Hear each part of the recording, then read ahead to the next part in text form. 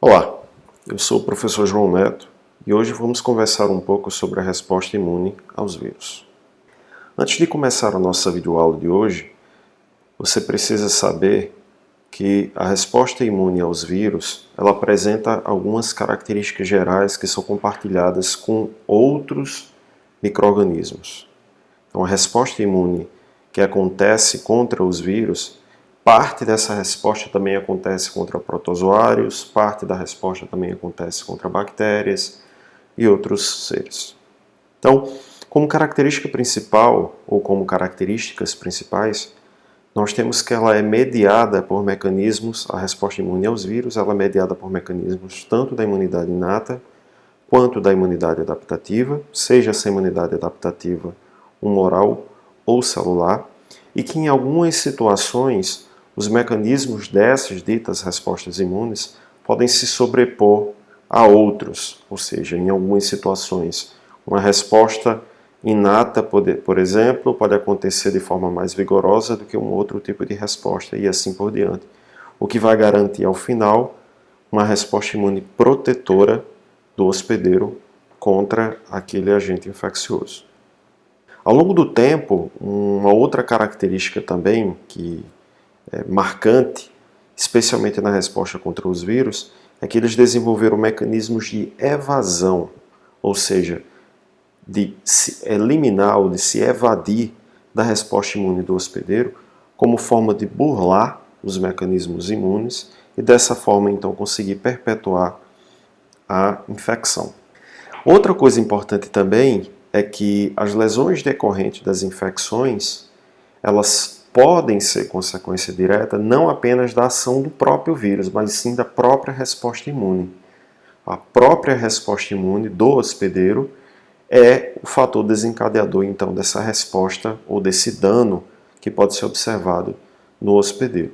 O tipo de resposta imune protetora ele pode variar de acordo com a localização do agente no hospedeiro também. Se o agente ele causa uma infecção, ou se ele está no meio intracelular ou se está no meio extracelular, ele pode causar tipos de respostas distintas. Como a gente está considerando aqui a resposta imune aos vírus, que são seres intracelulares obrigatórios, esse mecanismo ele é um mecanismo que é mediado, em grande parte, por resposta intracelular. Essa resposta de evasão que o mecanismo, que o agente infeccioso ele pode provocar, ele varia muito de acordo com o tipo de agente causador e varia muito também de hospedeiro para hospedeiro. Então, há características que são intrínsecas dos antígenos de cada um desses agentes. Quando a gente fala de imunidade aos vírus, a gente tem que ter em mente de que os vírus eles não são considerados seres vivos. Então, para tanto, eles usam a maquinaria de proteínas do próprio hospedeiro como uma forma de sobreviver. Então, eles podem desenvolver ou podem causar basicamente dois tipos de ações ou classificações. Os vírus que são classificados como os vírus citopáticos são aqueles que interferem na síntese e função das proteínas celulares, causando a morte celular, ou seja, ele entra no interior da célula do hospedeiro, mexe na maquinaria da célula do hospedeiro para produzir suas próprias proteínas, só que isso leva à destruição da célula do hospedeiro. E esse tipo de vírus ele determina uma infecção que nós chamamos de infecção lítica. O outro tipo de classificação é de vírus não citopáticos. São aqueles em que não há replicação viral, ou seja, o vírus não é eliminado porque basicamente ele fica de forma silenciosa no interior da célula, mas eles podem ser reativados em algum momento. Isso é basicamente o que acontece com infecções como infecções iniciais pelo vírus do HIV. Ele determina um tipo de infecção que é chamada de lisogênica. Esses agentes intracelulares obrigatórios, para esses agentes, a resposta imune que é determinada é uma resposta que é norteada especificamente contra as células que são infectadas, células essas que servem de fábricas de novas partículas virais. Então, nesse sentido, a imunidade inata ela tem um papel fundamental, extremamente importante. Por quê? Ela garante a produção de interferões do tipo 1, que são interferões do tipo alfa e beta, que vão ter um papel fundamental na replicação, em inibir a replicação viral, e também tem um papel fundamental na ativação de células NK que vão destruir células infectadas. Lembrando que os interferões eles podem ser basicamente do tipo 1, que são o alfa-beta, 2, que é o gama, e interferon do tipo 3, que são o lambda 1, lambda 2 e lambda 3. E essa célula NK, ela tem um papel importante nesse sentido, que é de produzir citocinas e destruir as células que estão infectadas. A gente vai voltar para falar mais à frente, mas aqui só mostrando. Então, a ação desses interferões em receptores específicos vão promover a inibição da síntese proteica. Então, vamos entender daqui a pouco um pouco mais sobre isso. Com relação à imunidade adquirida, essa resposta ela depende de anticorpos, chamados de anticorpos neutralizantes, que impedem a ligação de moléculas específicas do vírus com moléculas da membrana celular, impedindo dessa forma a entrada do vírus na célula do hospedeiro.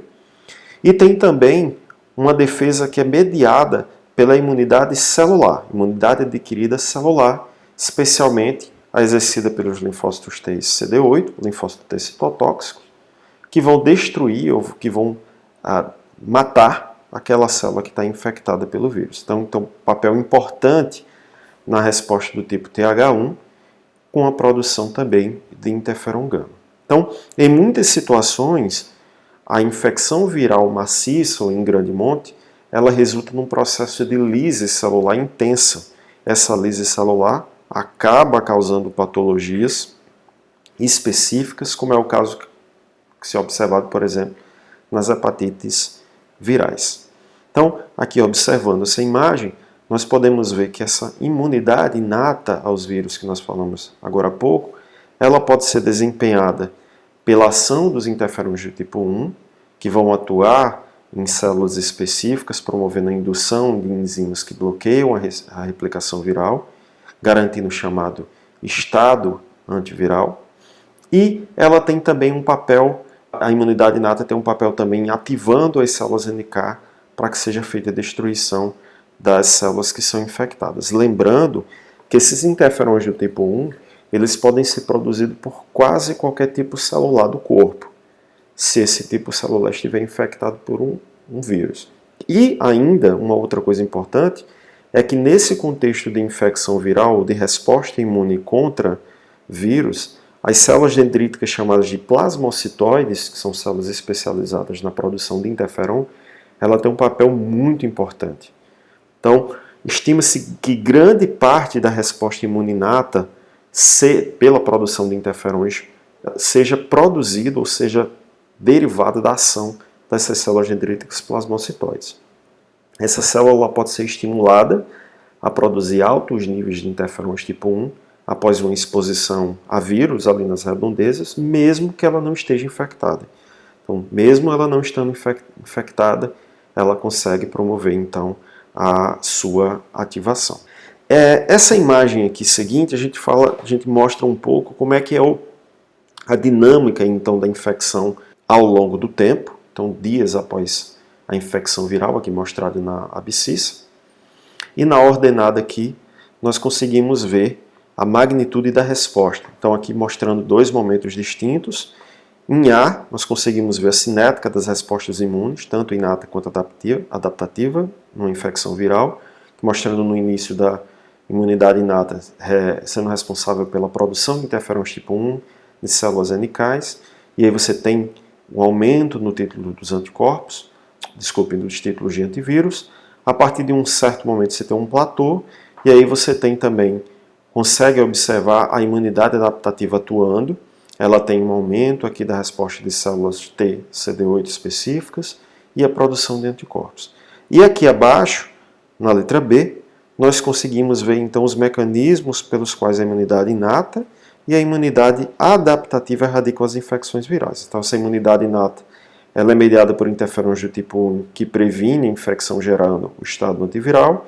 pelas células NK que eliminam as células infectadas. Aqui do outro lado, nós conseguimos ver a ação das células B, né, produzindo anticorpos, especialmente os plasmócitos, garantindo a ação neutralizante sobre os vírus, protegendo contra a infecção, e também as células TCD8, erradicando essa infecção que pode ser estabelecida. Mas aí nós falamos agora há pouco que o interferon tipo 1 ele gera um estado antiviral. Esse estado antiviral ele é gerado basicamente quando essa célula que está infectada, ela produz o interferon do tipo 1, alfa e beta, que atuam sobre um receptor para interferon específico numa célula, até uma célula não infectada. E uma vez que isso acontece, a gente tem mostrando aqui nessa imagem, essa ativação, essa ligação do interferon tipo 1, mostrado aqui em vermelho, com um receptor, vai desencadear a ativação de uma série de enzimas que vão, em última análise, levar à inibição da síntese de proteínas virais, degradação do RNA viral, por exemplo, que entrar no interior, um vírus que entrar no interior da célula, inibição da expressão genética viral e montagem do vírus. Então a gente tem o aumento da expressão de proteínas aqui, por exemplo, como a PKR, a 2,5-oligoadenilato sintetase e outras que vão promover então essa eliminação, ou gerando então esse chamado estado antiviral. Nós havíamos falado também no início da nossa videoaula que os vírus eles desenvolveram ao longo do tempo a capacidade de se evadir da resposta imune dos hospedeiros. Essa evasão da resposta imune ela pode acontecer por uma série de mecanismos, sejam eles variação antigênica, ou seja, o vírus acaba perdendo componentes ou perdendo estruturas para garantir que sejam essas estruturas alvos do reconhecimento, para garantir que elas não sejam reconhecidas. Isso pode acontecer em variações menores, que é chamada de drift, ou variações maiores, também chamada de shift, que acontecem em componentes virais como, por exemplo, a hemaglutinina, a neuraminidase, que são componentes que determinam um vírus, por exemplo, chamado de H1N1, um vírus CH2N3, enfim. São características virais que vão sendo modificadas com o intuito de se evadir da resposta imune. Eles podem promover também inibição do processamento antigênico, garantindo dessa forma que as proteínas ou os peptídeos que foram processados no interior do citosol cheguem ao retículo endoplasmático, com bloqueio aqui no caso do transportador TAP. Quem faz isso é o vírus herpes simples, por exemplo. Você pode ter produção de homólogos de receptores de citocinas, produção de citocinas em imunossupressoras, como o Epstein-Barr faz produzindo interleucina 10, e assim por diante. De uma forma geral, nós conseguimos observar que a resposta imune contra os vírus ela é mediada por componentes da imunidade inata, por componentes da imunidade adaptativa. Então, a gente pode observar aqui, por exemplo, que a entrada do vírus ela pode ser barrada por anticorpos do tipo IgA, anticorpos neutralizantes do tipo IgA, que impedem que o vírus entre numa célula. A gente tem, por exemplo, a ação de uma célula NK que acaba destruindo uma célula infectada. A gente tem também uma célula infectada que pode produzir interferões do tipo 1, inibindo a replicação viral ou criando o estado antiviral em células vizinhas. A gente tem a opsonização que pode acontecer via receptor do tipo Fc gama e ação do sistema complemento em macrófagos, a produção de outros anticorpos como IgM, IgG, a atuação do sistema complemento, a destruição de células infectadas pela célula NK mediante o processo chamado de ADCC, chamado de citotoxicidade celular dependente de anticorpos. Pode ter também uma ação das células NKs reconhecendo o receptor do tipo FcεR3, que é um receptor chamado de CD16.